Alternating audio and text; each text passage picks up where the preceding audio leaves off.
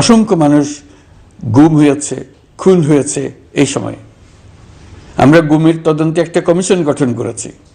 Commission প্রধান আমাকে জানিয়েছেন অক্টোবর পর্যন্ত তারা 1600 গুমের তথ্য পেয়েছেন। তাদের ধারণা এই সংখ্যা 3500 ছাড়িয়ে যাবে। অনেকেই কমিশনের কাছে গুমের অভিযোগ করতে ভয় পাচ্ছেন এই ভেবে যে অভিযুক্ত ব্যক্তিদের দ্বারা তারা আবার আক্রান্ত হতে পারেন, ক্ষতিগ্রস্ত হতে পারেন। আমি আপনাদের আশ্বস্ত করতে চাই, আপনারা দ্বিধাহীন চিত্তে কমিশনকে আপনাদের অভিযোগ জানান।